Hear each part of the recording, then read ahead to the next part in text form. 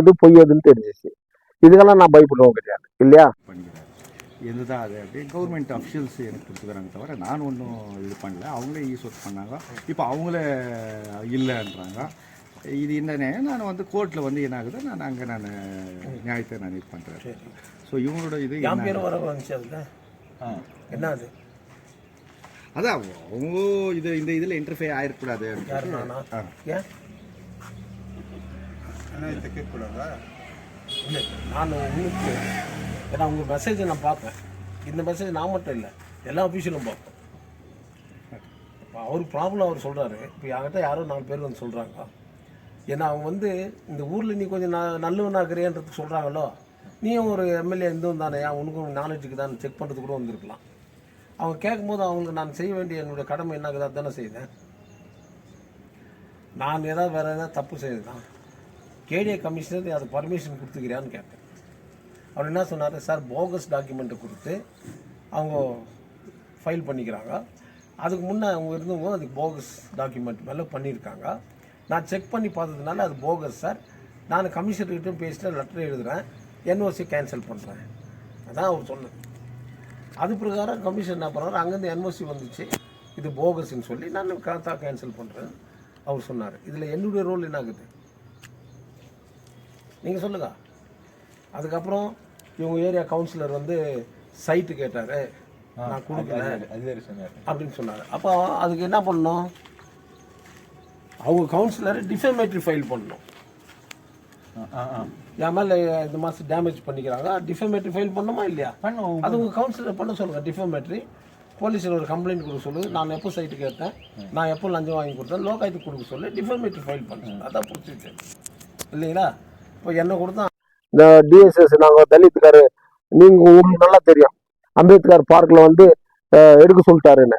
கேஸே வேற, பேசுனதே வேற, அரசியல் கோசரம் பேசுனாங்க. அப்போ என்ன சொன்னார், முட்டி போட்டு நடந்து வந்து நீ மன்னிப்பு கேட்குற வரைக்கும் விட மாட்டேன்னு சொன்னாங்க. நான் இதெல்லாம் காமெண்ட் அடிச்சேன்னா அடிக்கல. காலம் நேரம் வரும்போது தானாகவே தெரியும். தானாக என்ன தெரிஞ்சிச்சு, உண்மை எது பொய் எதுன்னு தெரிஞ்சிச்சு. இதுக்கெல்லாம் நான் பயப்படுவோம் கிடையாது இல்லையா. நான் வந்து யாருக்கும் விரோதம் கிடையாது. கமிஷனரை கேட்டேன், அது தப்பு அவங்க கொடுத்துக்கிறாங்கன்னா, முனிசிபால் கமிஷனரு தப்பாக வந்தது சார், நான் கமிஷனரை எழுதி தரேன், அதுலேருந்து அது இது கேன்சல் மாற்றுவீன்னாரு. நீ போய் டிசி கிட்ட சொல்லு, கமிஷனர் கேன்சல் பண்ணது தப்பு சார், நான் யோகியன், என்ன மாதிரி யோகியம் யாரும் இல்லைன்னு. அதில் வந்து ஜாதியை கொண்டு வந்து புகுத்துறேன். இவங்க மதன் கோபால் அங்கே அசோசியேஷன் பிரசிடென்ட், அவர் என்ன பிராமினா, அவர் என்ன அப்பர் காஸ்டா? அந்த மாதிரி இதில் காஸ்ட்டுக்கு இதுக்கு சம்மந்தம் இல்லை. அது மிஸ்யூஸ் பண்ணக்கூடாது, கேஸ்ட்டை மிஸ்யூஸ் பண்ணக்கூடாது. அதனால என்ன இவங்க அங்கே வரக்கூடாதுன்னு சொல்கிறாங்க. சேலஞ்ச் பண்ணணும் கோர்ட்டில். என்ன கோர்ட்டில் இருக்குது, அவர் என்ன சொல்கிறாரு, உங்ககிட்ட தானே சொன்னாருக்கா உங்கள் டிவியில். கோர்ட்டில் இருக்கும்போது அவங்க எப்படி கேன்சல் பண்ணாங்க, கோர்ட்டில் இருக்கும்போது நீ எப்படி காத்தா பண்ண, 2012 கேஸ் இருக்கு சார், எப்படி காத்தா பண்ண? இன்ட்ரீம் ஸ்டே வர எடுத்துக்கிறீங்க இல்லையா, நீங்கள் ஸ்டே எடுத்துருக்காங்க. ஸ்டே எடுத்துக்கிறது தெரிஞ்சு கூட நீ காத்தா பண்ணுறோன்னா என்ன அர்த்தம்? சட்டத்துக்கு புறம்பாடா என்னால் செய்ய முடியும் அப்படின்றது தானே உங்களுடைய அதிகார தோரணை. நான் ஒரு முனிசிபாலிட்டி பிரசிடென்ட் இருந்தேன் அப்படின்னு, எனக்கு அதை பற்றி சம்மந்தமே இல்லை. அது உன்னுடைய சேலஞ்சு, அதுக்கு காம்படிஷன் பண்ண வேண்டியது நீ. நாளைக்கு உனக்கே ஏதோ ஒரு ப்ராப்ளம் வந்து எனக்கு இப்படி செய்யுங்க சார்னாக்கா, உண்டு ப்ராப்ளம் நியாயமாக இருந்தாங்க உனக்கும் செய்வேன். நான் எனக்கு ஒன்றும் விரோதமே இல்லை. உங்களுக்கு நான் விரோதியாக இருக்கலாம், நான் எனக்கு யாரும் விரோதியாக கிடையாது இல்லையா. அது உங்கள் டிவியில் வந்துச்சு, நான் பார்த்தேன். அவங்க என்ன சொல்கிறாங்க, கேஸ் நடந்துன்னுக்குது, சர்வே நம்பர் பிரகாரம் 1ல் அவங்க கொடுத்துக்கிறாங்க, 2 வந்து என் பேர்ல இருக்குது. அந்த அம்மா விற்க வேண்டியது 2ல், 1ல் அவங்க எப்படி இதில் விற்றாங்க அப்படின்னு கேட்குறாங்க. கரெக்டுங்களா? அது கோர்ட்டில் இருக்குது. சேலஞ்ச் எங்கே பண்ணணும், கோர்ட்டில் பண்ணணும். கமிஷனர் என்ன லெட்டர் கொடுத்துக்கிறாரு, நீவே டிரான்ஸ்ஃபார்மர்ல ரிமூவ் ಮಾಡಿಕೊಂಡು ಬೇಕோன்னு. யாராவது பப்ளிக் போய் டிரான்ஸ்ஃபார்மர்ல கை வைக்க முடியுமா? நல்லா யோசனை பண்ணி பாருங்க, காமன் சென்ஸ் இருக்கணும். These white collar criminals, if they do mistakes, it is my right to question to them. அவங்க பப்ளிக் மணியில் இருக்கிறது அவங்களை கேட்கக்கூடாதுன்னு இல்லை, அதிகாரிங்க தப்பு பண்றதை தான் கேட்கணும். அதிகாரம் என்ன கொடுத்து கடவுள் உனக்காக கொடுத்துக்கிற உத்தியோகம் அதிகாரம். 4 பேர் உங்ககிட்ட வந்து கேட்குறாங்க நியாயத்துக்கு, அது கடவுள் செய்த புண்ணியம் உனக்கு. அதில் உக்காந்துக்கின்னு நான் ஜனங்கள் செய்ய மாட்டேன், நான் இப்படி தான் பண்ணுவேன் அப்படின்னு சொன்னாக்கா நீ தான் ஒயிட் காலர் கிரிமினல் ஆயிடுவேன். நான் ஏழைகளுக்காக செய்யறேன். ஏழை தப்பு பண்ணிட்டு போனா ஏழைக்காக செய்யணும்னா எது நியாயம் இருக்குதோ அது செய்யணும்னு சொன்னேன். அவ்வளவுதான். அதுக்கு என் பேரெல்லாம் மிஸ்யூஸ் பண்ணாக்கா அது அவ்வளோ நல்லா இல்லை. ஒரு பொலிட்டிக்கல்ல இருந்த நீ கவுன்சிலர் ஆன, யாரால கவுன்சிலர் ஆனதோ கொஞ்சம் தெரிஞ்சு வச்சுக்கணும் இல்லையா? அது நான் சொல்லி இல்லை, அது ஊருக்கே தெரிஞ்ச விஷயம். நீ அங்கிருந்து யசராஜன் சொன்னாங்க நாளைக்கே கொடுத்து இந்த சைட் எனக்கு என்ன விரோதமா உண்மையில கொடுத்துருன்னு சொல்றது இவங்ககிட்ட என்ன பணமா வாங்கிட்டு இருக்கிறேன் நான். இல்லை இவங்களாம் ஒரு அமௌண்ட் கொடுத்துட்டு எனக்கு நீங்க கொஞ்சம் செய்யுங்க சார் நான் சொன்னாங்க. இல்லை நீங்க எனக்கு அந்த சைட்டு கொடுத்துருன்னு சொன்னாக்கா நான் கொடுத்துறேன்னாக்கா நானே சொல்ல வேண்டியது உன் சைட்டு உழுது, நீ ஃபைட் பண்ண வேண்டியது உழுது, அவங்க ஃபைட் பண்ண வேண்டியது அவங்க. அவங்க 8 கடை போகஸா கட்டினுக்கிறாங்க. கமிஷனர் கிட்ட போ, டிசி கிட்ட போ, சேலஞ்ச் பண்ணு. அவங்க போகஸ் எடுத்து ஒடிச்சு தள்ளு. ஜெயின் சேவா சங்கம் ஒண்ணு ஒடிக்கலையா?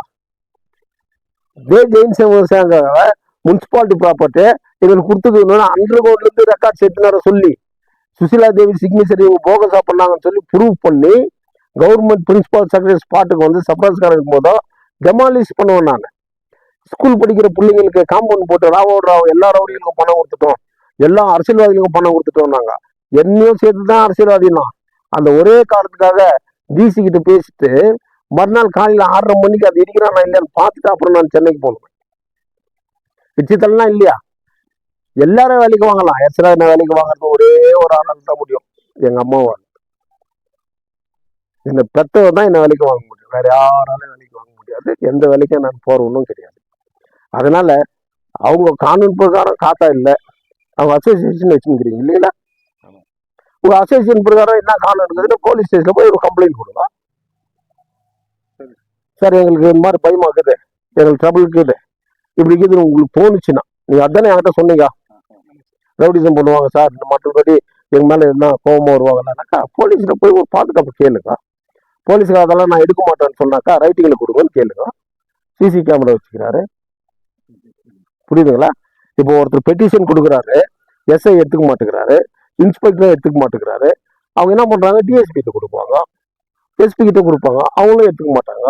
இந்த மாதிரி போன வாரம் ஒரு கேஸ் தமிழ்நாட்டில் நடந்ததுக்கு என்ன அந்த கோர்ட், என்ன கோர்ட்டு, நுகர்வோர் கோர்ட்டு, கன்சியூமர் கோர்ட்டு, அவங்களுக்கு ரைட்ஸ் கேட்டுமே அங்கே ஃபைல் பண்ணாங்க. அதெல்லாம் விசாரிச்சு கன்சியூமர் கோர்ட் என்ன கொடுத்துச்சுனாக்கா இன்ஸ்பெக்டரும் சப் இன்ஸ்பெக்டர் சேர்ந்து அவருக்கு 1 லட்சம் ரூபாய் நஷ்டம் கொடுக்கணும் கோர்ட் ஆர்டர். அப்போ அது படிக்கும்போது எனக்கு என்ன ஞாபகம் வந்துச்சுன்னா, இன்ஸ்பெக்டருக்கும் சப் இன்ஸ்பெக்டர் மட்டும் அந்த கோர்ட் 1 லட்சம் போச்சு. பட் அவங்க கம்ப்ளைண்ட் டிஎஸ்பி எஸ்பியும் கொடுத்தாங்க, அவங்களும் சேர்த்து கொடுக்க வச்சுக்கணும் இல்லை?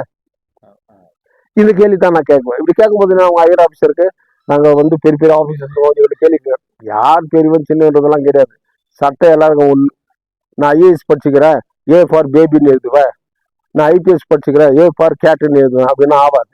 அது ஃபார்முலா. ஏ ஃபார் ஆப்பிள் தான், பி ஃபார் பேபி தான். தப்பு செய்யக்கூடாது. யாரும் அடிச்சதுன்னே கிடையாது. இப்போ நான் தப்பு செய்தேன்னா நான் தப்பு செய்கிறேன்னு ஒத்துக்குவேன். தப்பே செய்யாது நான் ஏன் ஒத்துக்கணும்? சேலஞ்ச் பண்ணுங்க. கரெக்டுங்களா? அதனால நீங்க கம்ப்ளைண்ட் கொடுங்க, எங்களுக்கு பாதுகாப்பு வேணும், அதுதானே சொன்னீங்க. அந்த காப்பி தானே என்கிட்ட கொடுத்துக்கிறீங்க. கம்ப்ளைண்ட்டு கொடுங்க. டிபார்ட்மெண்ட் எடுக்கல, எஸ்பிக்கு கம்ப்ளைண்ட் கொடுங்க. அது மேலே எடுக்கல, உங்களுக்கு பாதுகாப்பு கொடுக்கல, முடியாது அப்படின்னு சொன்னாங்கன்னாக்கா ஃபர்தர் நீங்க என்ன பண்ணணும்? உங்க லாயர் வச்சுக்கிறீங்கல்ல, கோர்ட்ல சொல்லுங்க, இன்ட்ரீம் ஸ்டே எங்களுக்கு இருக்கு, எங்களுக்கு பாதுகாப்பு இல்லை, எங்களை த்ரெட்டன் பண்றாங்க, போலீஸாருக்கும் நாங்கள் இதை கம்ப்ளைண்ட் கொடுத்தோம், அவங்களும் எடுக்கலன்னு கொடுங்க. யார் உங்க லாயரு? ஸ்ரீநாத் சார்கிட்ட சொல்லுங்க.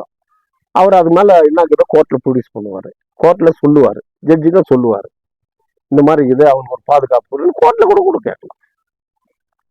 யாருக்கு நியாயங்களோ அது கோர்ட்டு தானே வழங்கணும். இந்த கோர்ட்டை வழங்கலாம், இது மேல நீங்களும் சேலஞ்ச் பண்ணலாம், இல்லை உங்க பங்காச்சுன்னா அவரும் சேலஞ்ச் பண்ணலாம். இப்படியே தான் போகணும் இல்லைங்களா? இதை தான் நான் சொல்ல வந்தேங்க. இதை தான் அன்னைக்கும் சொன்னேன், இன்னைக்கும் சொல்றேன். அதனால அவங்க கவுன்சிலர் எம்எல்ஏ கிட்ட போனாரு, சம்பிங் கிட்ட போனாரு, அங்கிருந்து எஸ்ராஜன் கிட்ட அனுப்பி வச்சுக்கிறாரு. அதெல்லாம் சொல்றது நீ ஒரு முனிசிபாலிட்டி பிரசிடென்ட் இருந்துவேன், உங்களுக்கு தெரியும் அரசியல்னா என்னன்னு, யார் யார் எங்கெங்க போவாங்க, எங்கெங்க ஓடுவேன் நீன்றது உனக்கும் தெரியும். யார் யார் ஜெயிச்சாலும் அங்கங்க போவேன். சம்பிங் ஜெயிச்சா சம்பிங் கிட்ட இருப்பேன், எஸ்ராஜன் ஜெயிச்சா எஸ்ராஜன் கிட்ட இருப்பேன், பக்தவச்சல் ஜெயிச்சா பக்தவச்சல்கிட்ட இருப்பேன். கேட்டாக்கா எனக்கு பணம் தான் முக்கியம் அப்படின்னு பேசுவேன். என்ன, நான் அந்த பாட்டெல்லாம் எடுத்து சொல்ல ஆரம்பிச்சேனாக்கா அது நல்லா இருக்காது. நீ ஸ்டேட்மெண்ட் கொடுக்குற, நீ ஊர் ஸ்டேட்மெண்ட்டை கொடுக்கணும்.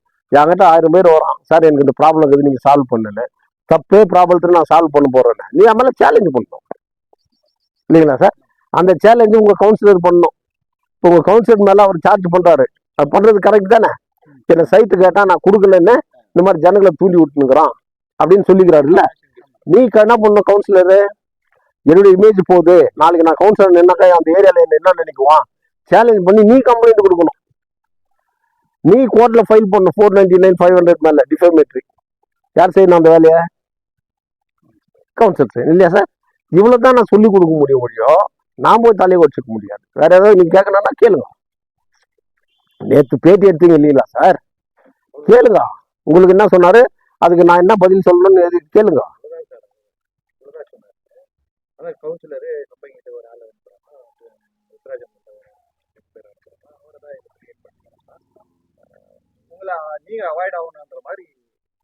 நான் அவாய்ட் ஆகணுமா? சம்திங் இப்போ இருந்தா பரவாயில்லையம்மா, எம்எல்ஏ இருந்தாலே பரவாயில்லையம்மா, எஸ்ஆர் மட்டும்தான் அவாய்ட் ஆகணுமா? நான் உங்களை கேட்கறேன்.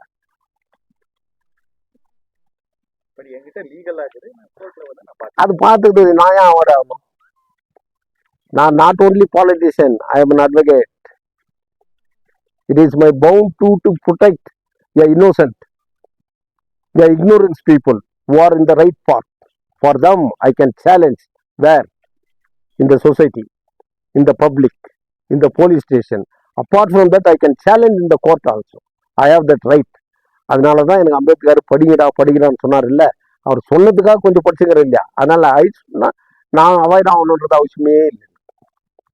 நான் ஏன் அவாய்ட் ஆகணும்? என்டையர் கேஜிஎஃப் சிட்டியில் திரும்ப 2 முறை எம்எல்ஏ இருந்துக்கிறவன் இது வரைக்கும் எங்கேயாவது நீங்கள் ப்ரெஸ்காரங்களோ இல்லை மீடியாவங்களோ இல்லை சோசியல் மீடியாவோ 1 இன்ச் லேண்ட் யாருன்னு அபகரிச்சிருக்குண்ணா? யாராவது எங்கேயாவது? I never do that. நாளைக்கு உனக்கே ப்ராப்ளம் வந்துச்சு, சார் என் ப்ராப்ளம் எப்படி சார், நான் ஜெனின்னு சொல்ல, உனக்காக நான் வாதாடுறேன். உனக்கு வாதாடக்கூடாதுன்னு அவசியம் இல்லையா? சொல்ல, உனக்கு எனக்கு நல்ல லாயர் வாங்கணும் சார், நான் உங்ககிட்ட கொடு சார், எனக்கு சாட்டிஸ்ஃபைக்கில் நீங்கள் வாதாடுறீங்களா சொன்னால் படிச்சு பார்க்குறேன், நியாயம் சின்ன வாதாடுறேன். ஃபீஸே கொடுக்காது எனக்கு, நான் வாதாடுறேன், நான் சேலஞ்ச் பண்ணுறேன், நான் உனக்கு ஜெயிச்சு கொடுக்குறேன். அதுக்காக ஜாதிக்காக என்ன இப்படி பண்ணாங்க அப்படி இல்லை, அவங்க யார் பண்ணுறதுக்கு? ஜாதிக்காக பண்ணால் அவங்க மேலே அன்டச்சபிள் கேஸ் வரும்.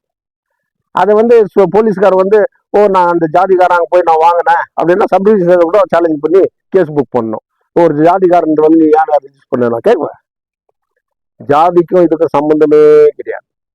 ஒழுக்கமான சட்டமும் ஒழுக்கம் இல்லாத சட்டமும், துஷ்பிரயோகம், பவர் மார்க், லேண்ட் கிராப், அதான் அவங்களுடைய கம்ப்ளைண்ட். கரெக்டுங்களா? இது என் வீட்டுக்கோ உன் வீட்டுக்கோ அவர் வீட்டுக்கோ அவங்க செய்யல, இது பப்ளிக் ரோடு. அதுதான் கமிஷனர், நான் போய் ஸ்பாட் பார்த்தேன் சார், இட்ஸ் பப்ளிக் ரோடுன்னு யார் சொல்றாரு? கமிஷனர் சொல்றாரு இல்ல. நீ யாரை சேலஞ்ச் பண்ணணும்? கமிஷனை சேலஞ்ச் பண்ணணும். கேடிஏ கமிஷனர் சேலஞ்ச் பண்ணு, முனிசிபல் கமிஷனர் சேலஞ்ச் பண்ணு, டிசி கிட்ட போ, நீ பிரசிடென்ட் சொல்லு. உனக்கு யார் போனாலும் ஒரு அப்பாயின்மெண்ட் கொடுக்குறாரு டிசி, போய் எக்ஸ்பிளைன் பண்ணு, கூட ஒரு லாயர் கூட இட்டுன்னு போ, செய்யுங்க அந்த வேலையை. இதான் பீஸ்ஃபுல் ஒர்க்கு. இப்போ நான் கூட பாலகிருஷ்ண லேஅவுட்டில் ஒரு வீடு வாங்கினேன், கஷ்டத்தில் அவன் விற்றான். அவங்க என்ன பண்ணாங்க, இது எங்கள் அப்பா அம்மா வாங்கி கொடுத்த வீடு, அவருக்கு இல்லை அப்படின்னாங்க. கோர்ட்டில் டாக்குமெண்ட் ப்ரொடியூஸ் பண்ணணும் பீஸ்ஃபுல்லாக. இப்போ எனக்கு நான் எம்எல்ஏ இருந்தவன், என்கிட்ட பார்ட்டி ஆளுங்கிறாங்க, போய் உள்ள கொஞ்சம் அடிச்சு வெளியே கொடுத்துனாங்கல்ல. சட்டத்தில் என்ன இருக்குது அது பார்க்கட்டும், நீதிமன்றம் என்ன இருக்குது, என்கிட்ட சேல் டீட் இருக்குது, காத்தா இருக்குது, பாஸ் கொடுத்துக்கிறேன், பணம் வாங்குறேன், அவன் புருஷன் போலீஸ் ஸ்டேஷன் நான் தான் விற்றேன், அது என் ப்ராப்பர்ட்டின்னு சொன்னான்.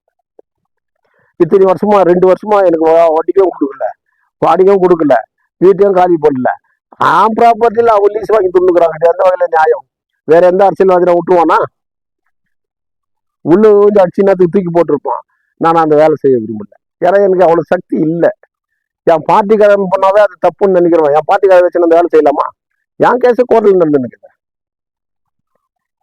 வித்துவன் எனக்கு கஷ்டத்துல இருக்கிறான், என்னால கடன் தாழ்வு தாங்க முடியல, காசு கொடுத்து வாங்கணும் நானு, ரிஜிஸ்டர் பண்ணுவேன் நானு, காத்தா பண்ணுவேன் நானு, கொடுத்துவேன் முனிசிபாலிட்டி, அவனுக்கும் காத்தா ஆகுது, அதுக்கு ஒண்ணு வாங்கணுங்களா? அவங்க ஒய்ஃப் இல்லை இது எங்க அப்பா அம்மா வாங்கி கொடுத்ததுன்னு அவன் ஸ்டேட்மெண்ட் கொடுக்குறான் போலீஸ் ஸ்டேஷன்ல. பெம்பிள்ல நான் லோன் எடுத்து வாங்கினேன், லோன் எடுத்து வீடு கட்டினேன், இந்த லோன் பேப்பர் இவ்வளவும் கொடுத்துக்கிறான். இது எங்க நான் சேலஞ்ச் பண்ணோம்? கோர்ட்ல தான் சேலஞ்ச். ஏக்க நான் உள்ள போய் ஈத்து போட்டவளாச்சு கூட்டு போடுங்கனாக்கா பப்ளிக் என்ன நினைக்கும்? ஒரு அரசியல் தலைவனாக்கிறவன் ஊருக்கு வேகமா பேசுறான், இவனே இந்த தப்பானான்னு கேட்க மாட்டீங்களா? அது மாதிரி நானே என் நிலைமை கோர்ட்ல தான் என் நிலைமை கூட அவ்வளவுதான். அதனால முழுக்க என்ன அவர் அவாய்ட் ஆகணும்னா நான் ஏன் அவாய்ட் ஆகணும்னு சொல்லு. ஏன்னா நான் தப்பு செய்துட்டுனா ஒரு லாயர் கிட்ட வந்து அப்ப ஸ்ரீநாத் கிட்ட போய் சொல்லணும், அவங்க லாயர் கிட்ட நீ அவாய்ட் பண்ணிக்கிட்ட, நீ வராதுன்னு சொல்லு. சொல்லணுமா இல்லையா சார்? சொல்லுங்க, நீங்க சொல்லணுமா இல்லையா? அவர் அவாய்ட் பண்ண சொல்லு, நீங்க தலையிடாதீங்க சார், இது வந்து என் மேல் வேணும்னு பண்ணிக்கிறாங்க, நான் ஒரு எஸ்சி, நீங்க லாயர் அவாய்ட் பண்ணிக்கோங்கன்னா லாயர் கிட்ட போய் சொல்லு. அப்ப நான் லாயர் இல்லையா? நான் ஒரு லாயர் தானே. ரெண்டாவது ஒப்பீனியன் அவங்க வரலாம் இல்ல. ஒரு டாக்டர் கிட்ட போய் ட்ரீட்மெண்ட் எடுக்கிறேன், உங்களுக்கு செட் ஆகல, சின்னடா இவ்வளவு நாள் எடுத்துக்கூடாது, ரெண்டாவது ஒப்பீனியன் டாக்டர் கிட்ட போறது இல்ல. அந்த மாதிரி அவங்க ரெண்டாவது ஒப்பீனியன் கூட வந்துருக்கலாம் என்கிட்ட. இதான் விஷயம். அதனால இதுல வெஞ்சன்ஸோ ரைவல்ஸோ இல்ல எனக்கு பொறாமையோ போட்டு இல்லை. உன் ப்ராப்பர்ட்டி நீ ஃபைட் பண்ணி தான் தீரணும். அவங்க பப்ளிக் ரோடு சார், இது இவர் ப்ராப்பர்ட்டி நான் ஃபைட் பண்ணாரு இல்லை இவர் ப்ராப்பர்ட்டின்னு ஃபைட் பண்ணாரு. பப்ளிக் ரோட பிளாக் பண்ணாதீங்க, நாங்கள் எங்கே போவோம், அதுதான் அங்கே பிரச்சனையே. அது யோசனை பண்ணி நீயே டிசைட் பண்ணி விட்டு கொடுத்துற. அதுக்கு என்னையா சேர்த்துக்கிற? எஸ்ஆர் சொன்னா நான் கொடுத்துட்றேன், சரி மூணு ப்ராப்பர்ட்டியா நீ வேஸ்ட் பண்ணிக்கிற, சேலஞ்ச் பண்ணி வாங்கிக்குவேன். அதுதான் விஷயம். புரியுதுங்களா? இப்போ உங்களுக்கு கிளாரிஃபை ஆயிடுச்சுங்களா? Thank you. కృష్ణప్ప సైన్ చేసి ఇచ్చున్నాడు, రిజిస్ట్రేషన్ చేసి ఇచ్చున్నాడు. అది ఇప్పుడు కేసీ మురళి అది రోడ్డు కూడా చేరి ఇంకా జాస్తి మాట్లాడితే షెడ్లు కూడా నాది ఉంది అంటాడు. షెడ్లు కట్టి 30 సంవత్సరాలు అయిపోయింది. మాకు సైట్లు ఉండడం దాన్ని కట్టి ఉన్నాం అక్కడ. అదేదైనా ఎంకరేజ్మెంట్ ఉంటే కూడా సపోజ్ ఏదన్నా ఒకించి ఉంటే కూడా నాకు వద్దు. ఎప్పుడు ఖాళీ చేయమంటే అప్పుడు ఖాళీ చేస్తాను, రెడీగా ఉంటాను. నేను ఇప్పుడు చేయమంటే కూడా చేస్తాను, అట్లా చూపిస్తాను. అది నేను నా దాంట్లో కట్టినాడు షెడ్ అంటా ఉన్నాడు. నువ్వు తీసింది ఇంకా 4 నెలలకు అయిందో 3 నెలలు అయిందో. నేను కట్టి షెడ్ కట్టే 30 సంవత్సరాలు అయింది. అంతకుముందు తీసుకున్నాం 80sలో సైట్ తీసింది, 2 సైట్లు. ఇప్పుడు వచ్చేసి నాకు నారాయణ మునిరత్నం పేరులో ఖాతా అయింది, ఈ ఖాతా అయింది ఏదో చెప్తాను. 2012 నుంచి దాని డిస్ప్యూట్లోనే ఉంది. అప్పుడప్పుడు కమిషనర్కి ఒక అబ్జెక్షన్ లెటర్ ఇస్తూ ఉన్నాం, ఇది రోడ్డు సమయం, ఇది రోడ్డు ఆక్యుపై చేయొద్దు అని చెప్పి కమిషనర్కి ఇస్తాం. ఒక కమిషనర్ పర్సనల్గా ఫోన్ చేసింది నాకు, హెవీ ప్రెషర్ అయింది పొలిటీషియన్స్ నుంచి, ఇంజక్షన్ ఆర్డర్ తీసుకురా అని చెప్పిన దానికే ఇంజక్షన్ ఆర్డర్ తెచ్చాం మేము. దాని తర్వాత కేసు రన్ కావాలని కేసు రన్ అవుతూ ఉంది. ఇంజక్షన్ ఆర్డర్ ఉంటుందా? ఉంది. దాంట్లో ఈయన నాది సైట్ అని రోడ్డు బ్లాక్ చేసి పోల్స్ నడతా ఉంటాడు. అది 103/1 ఇది చెప్తా ఉన్నాడు, సర్వే నెంబర్ 103/1 అప్పుడు లేదు, దాని పైన ఉండదు 103/1. ఆ ప్లేస్ 103/2 ఏది నాది అని చెప్పేసి ఆయన అంటున్నాడు. కృష్ణప్ప అండ్ శ్రీరాములు, కృష్ణప్ప కొడుకు నారాయణ, ఆయన వాళ్ళ పేరు చెప్పుతాకి ఎవరు కాసులు ఇస్తే వాళ్ళకంతా రోడ్లు కూడా చేరి సంతకం పెడతా ఉన్నాడు సేల్ చేయటానికి. ఇప్పుడు మీరు ఏం చెప్తారు సార్? మాకు రోడ్డు కావాలి సార్, రోడ్డు కావాలి, రోడ్ కావాలంటే రోడ్డు కావాలి సార్. మీకు அர்த்தம் ஆயிடுங்களா? தமிழ்நாட்டில் காதுக்கு கம்பல் போடுவாங்க, அது காது பெருசாக இருக்கும், ஹோல் சந்து இருக்கும். ஆந்திராவில் ஸ்டேட்லேருந்து ஒருத்தர் வராரு, அவர் ஒரு குடம் எடுத்துன்னு வர்றாரு. அவர் ஏஞ்சி போகும்போது அவர் காதில் குடம் மாட்டிக்கிச்சு. குடம் மாட்டினா காது வலிக்க இல்லையா? அதுக்கு தமிழில் இவர் என்ன சொல்கிறாருன்னா, காது காதுன்றாரு, அவன் இல்லை நாதி நாதின்னு. கொடைய அவன் எந்ததுக்கோசரம் அவன் நாதி நாதின்றான், இவர் காது மாட்டின்னு வலிக்குதுன்ற, காது காதுனாக்கா லேது நாதி நாதி. அந்த கதியில் இருக்குது இந்த டாக்குமெண்ட். ஓகேவா? அர்த்தம் ஆயிடுங்களா? Thank you. 100% pure and clean. No compromise. Best quality. Family restaurant. 100% Ambur and Dindigul style biryani. 100% Venus biryani. Near Government Maternity Hospital, Maharaja Road, Robertson Peak. One-stop solution for your neuro and holistic problems. Dr. J. Mariadas, near Municipal Ground, First Cross Road.